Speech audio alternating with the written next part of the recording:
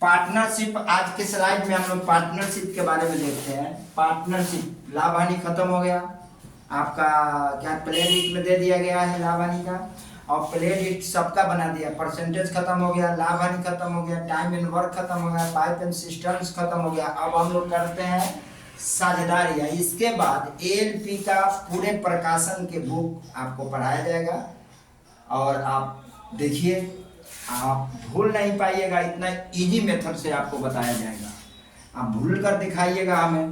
देखिए अभी स्लाइड को, ठीक है। कह रहा है पार्टनरशिप। पार्टनरशिप में एक बात को ध्यान में रखेंगे कि पूंजी लाभ बराबर होता है पूंजी गुने समय। आप इस चीज को याद कर ले, लाभ बराबर क्या होगा, पूंजी गुने समय। अब इसी से पूंजी बराबर क्या होगा, लाभ बटा समय। समय बराबर क्या होगा, पूंजी बराबर क्या होगा, तो लाभ बटा समय। समय बराबर क्या होगा, तो लाभ बटा पूंजी। अब इसी से हम सारे फॉर्मूले निकाल सकते हैं, ठीक है। और एक ये नोट्स है, इस नोट्स को आप याद रखिए कि साझेदारी संबंधी प्रश्नों में एक नोट है, स्पेशली इस चीज को कोट किया कि साझेदारी संबंधी प्रश्नों में समय समान हो अथवा समय का जिक्र न किया जाए। अगर समय समान हो अथवा समय का जिक्र न किया जाए तो पूंजी का अनुपात ही लाभ का अनुपात हो जाता है। तो पूंजी का अनुपात ही लाभ का अनुपात हो जाता है। बात को एकदम गौर कीजिए, इसको एकदम ध्यान में रखिएगा। कह रहा है क्या कि साझेदारी संबंधी प्रश्नों में समय समान हो अथवा समय का जिक्र न किया जाए तो पूंजी का अनुपात ही लाभ का अनुपात होता है, बस। और इससे हम फॉर्मूला क्या कर लेंगे, निकाल लेंगे, दो तीन और फॉर्मूला। मान लीजिए पूंजी निकालना होगा तो क्या हो जाएगा आपका, लाभ बटा समय, लाभ बटा समय हो जाएगा। आप सीधा सा देख लीजिए। अगर समय निकालना होगा, समय, तो आप क्या करेंगे, लाभ बटा पूंजी हो जाएगा, लाभ बटा पूंजी हो जाएगा आपका। ये आप समझ लीजिए। अब आप करते क्या है, क्वेश्चन पे ध्यान देते हैं। ये क्वेश्चन को लेते हैं, इससे एक एग्जांपल लेते हैं, एक एग्जांपल से इस क्वेश्चन को क्या करते हैं, बनाते हैं, सीखते हैं, और दो चार एग्जांपल पे आप सीख जाओगे, ठीक है। देखिए इसमें एक दो टाइप के क्वेश्चन होंगे, दो टाइप का स्लाइड डाला जाएगा और दोनों टाइप आपका क्या होंगे, क्लियर हो जाएगा। किसी व्यक्ति ने किसी व्यापार में ए बी तथा सी क्रमशः 3:4:5 के अनुपात में पूंजी लगाते हैं और समय क्रमशः 6 माह, 9 माह और 12 माह के लिए लगाते हैं, तो उनके लाभों का अनुपात क्या होगा। मतलब इनके लाभों का अनुपात हमें ज्ञात करना है। तो ये क्या अनुपात में लगाया, ए बी सी क्रमशः इतने के अनुपात में पूंजी लगाता है। तो पूंजी के लिए लिख देंगे, सीधी सी बात है। आप पहले देखें इसको, पूंजी के लिए कैसे बनाते हैं, पूंजी क्या होगा, पूंजी कैसे लिखते हैं, पूंजी का अनुपात कैसे हम इस पे डालते हैं। तो पूंजी इक्वल टू 3:4:5 हो जाता है। और समय है, समय का अनुपात दे देते हैं हम। समय का अनुपात आपका कितना है, 6 माह, 9 माह और 12 माह दे दिया। अब मैंने क्या बताया, लाभ क्या होता है, लाभ बराबर होता है पूंजी इंटू समय। तो लाभ का अनुपात हमें निकालना है, लाभों का अनुपात। तो क्या करेंगे, इस दोनों का अनुपात निकालेंगे, इससे इसमें गुना करेंगे, इससे इसमें गुना करेंगे, इससे इसमें गुना करेंगे। तो 36 18 हो जाएगा, अनुपात 9 चौका 36 हो जाएगा, अनुपात 12 पंचे 60 हो जाएगा। अब काटना चाहते हो तो काट लो, ही कटेगा। कैसे कटेगा, 3 से कटेगा। तो 36 18 बढ़ती है 36, 20 दूना 60। अब 2 से भी कट सकता है, 2 दूना 2 3 6, 6 दूना 12 और 10 दूना 20। यानी लाभों का अनुपात ये आ जाएगा आपका 3:6:4।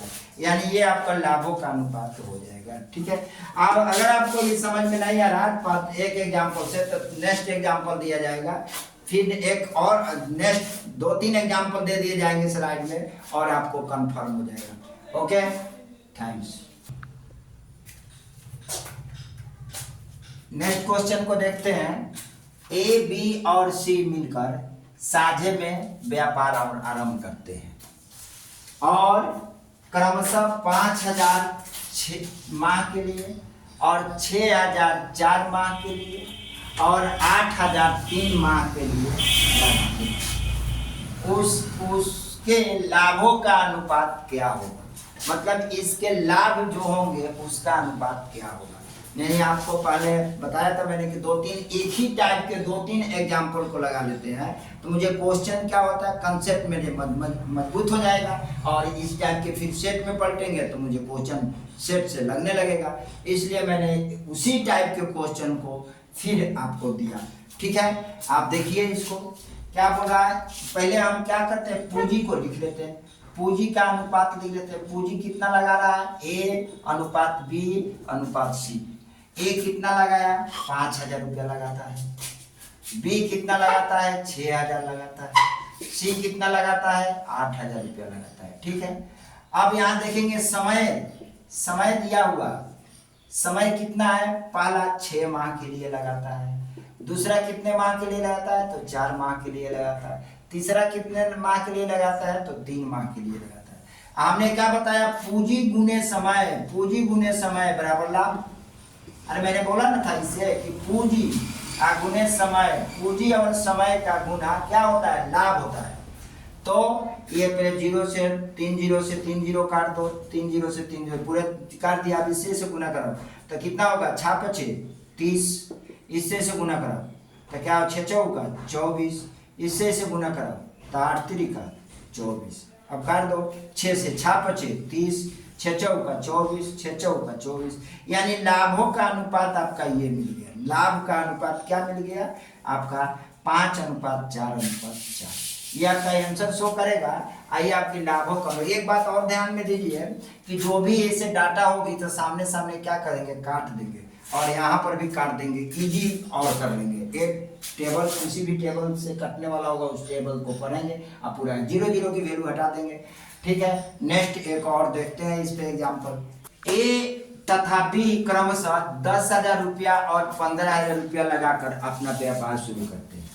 अपना व्यापार शुरू किया, जैसे दो आदमी पैसा लगाया और पार्टनरशिप का मतलब वो साझा, दो आदमी मिलकर हम व्यापार शुरू करते हैं।